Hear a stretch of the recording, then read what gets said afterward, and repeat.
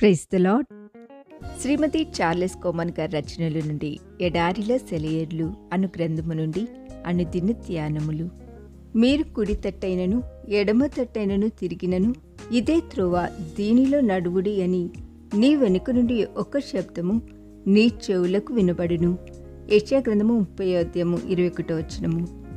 మనకేదైనా సందేహం కలిగినప్పుడు, సమస్య వచ్చినప్పుడు ఎన్నెన్నో గొంతులు అటు వెళ్ళమని ఇటు వెళ్ళమని మనకు సలహాలిస్తుంటాయి. యుక్తాయుక్త విచక్షణ ఒక సలహాను, విశ్వాసం మరో సలహాను ఇచ్చినప్పుడు ఏం చేయాలి? ముందు మనం కుదుటపడి అడ్డొస్తున్న స్వరాలన్నిటినీ ఊరుకోబెట్టి దేవుని పరిశుద్ధ సన్నిధిలో మౌనం వహించి ఆయన వాక్యాన్ని ధ్యాన సహితంగా చదవాలి. మన ప్రవృత్తిని ఆయన ముఖకాంతిలోకి ఎత్తి పట్టుకోవాలి. దేవుడు ఏ నిర్ణయాన్ని చేస్తాడోనని ఆతృతగా కనిపెట్టాలి. ఎక్కువ ఆలస్యం లేకుండానే నీలో ఒక నిర్దిష్టమైన అభిప్రాయం కలుగుతుంది. దేవుని రహస్య జ్ఞానం నీకు ముందుగానే అర్థమైపోతుంది. కానీ క్రైస్తవుడిగా ఎక్కువ ఆత్మీయ అనుభవం లేని దశల్లో పైన చెప్పిన విధానం మీదనే పూర్తిగా ఆధారపడడం మంచిది కాదు.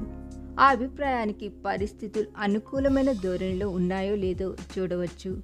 అయితే దేవుడితో ఎక్కువ సహవాసం చేసిన వాళ్ళకి మాత్రం దేవునితో ఉండే వ్యక్తిగత బాంధవ్యంలోని విలువ తెలుసు.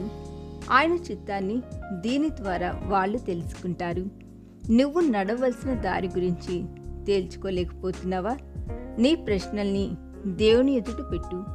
ఆయన చిరునవ్వు కాంతిలోనే, ఆయన కల్పించిన కారు మబ్బుల అంధకారంలోనే నీకు అవునని కానీ కాదని కానీ జవాబు తెలిసిపోతుంది. ఇహలోకపు వెలుగు నీడలు నిన్నంటని ఏకాంతంలోకి నువ్వు చేరగలిగితే, మానవ జ్ఞానం నీ చెంత చేరలేని చోటికి వెళ్ళిపోగలిగితే, నీతోటి వాళ్ళంతా వెంటనే ఏదో ఒకటి చేసేయమని గోల పెడుతున్నా నువ్వు మాత్రం మౌనంగా దేవునిపై దృష్టి నిలుపుకొని కనిపెట్టగలిగిన ధైర్యం నీకుంటే దేవుని చిత్తం నీకు తేటగా అర్థమవుతుంది. దేవుని గురించిన ఓ క్రొత్త అవగాహన నీలో పుడుతుంది. ఆయన ప్రవృత్తి గురించి, ప్రేమ నిండిన హృదయం గురించి నీకొక లోతైన అంతర్దృష్టి ఏర్పడుతుంది.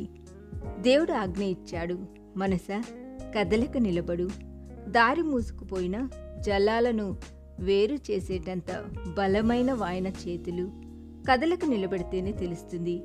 అసాధ్యాన్ని సాధ్యం చేసేవాడాయన. సహనాన్ని కోల్పోకు. మనసా కదలక నిలబడు. వ్యూహంలో నువ్వు చిక్కుకున్నా నీ మార్గం తెరవగలడు దేవుడు. కదలకు నిలబడితే తన చిత్తాన్ని నెరవేరుస్తాడు. నీ చిత్తాన్ని ఆయనలో లీనం చెయ్యి. ఈ దిన ధ్యానము మనందరి ఆత్మీయ జీవితమునకు ఆశీర్వాదకరముగా ఉండునుగాక. ఆమేన్.